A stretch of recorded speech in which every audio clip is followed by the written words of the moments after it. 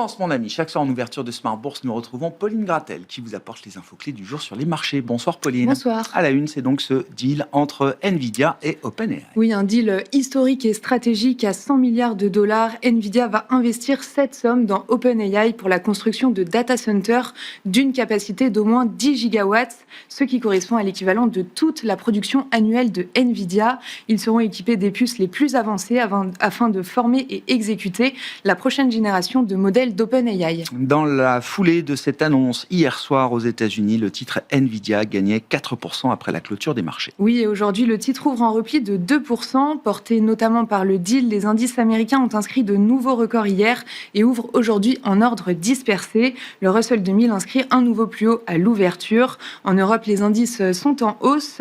En France, le CAC 40 gagne plus de 1%, au-delà de 7 900 points, soutenu par ST Microelectronics et les valeurs du luxe. Oui, de belles performances également pour certains titres spécifiques en Europe et notamment pour le titre du britannique Kingfisher. Oui, le titre bondit de près de 20% au meilleur de la séance après la publication de meilleurs résultats semestriels que prévu. Le propriétaire de Brico Dépôt et Castorama annonce également accélérer son programme de rachat d'actions et relève ses objectifs annuels. Et puis autre performance remarquée aujourd'hui, la hausse du titre Ørsted au Danemark notamment qui bondissait de 12% ce matin à l'ouverture. Oui, un juge américain a autorisé la reprise des travaux d'un parc éolien sur les côtes de Rhode Island.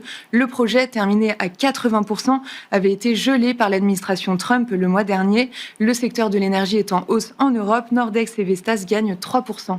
Côté macro, les PMI flash préliminaires pour la zone euro notamment ont été publiés ce matin. Oui, le PMI manufacturier ressort inférieur aux attentes et en zone de contraction en septembre à 49,5. Le PMI service est lui supérieur aux attentes et au mois précédent à 51,4 et le PMI composite est globalement conforme aux attentes à 51,2 en septembre. Et puis un mot des banques centrales, en attendant jeudi la décision de la Banque nationale suisse et la Riksbank, la Banque de Suède, qui aujourd'hui délivrait une baisse de ses taux directeurs. Oui, une baisse de 25 points de base. Le principal taux directeur passe ainsi de 2 à 1,75%.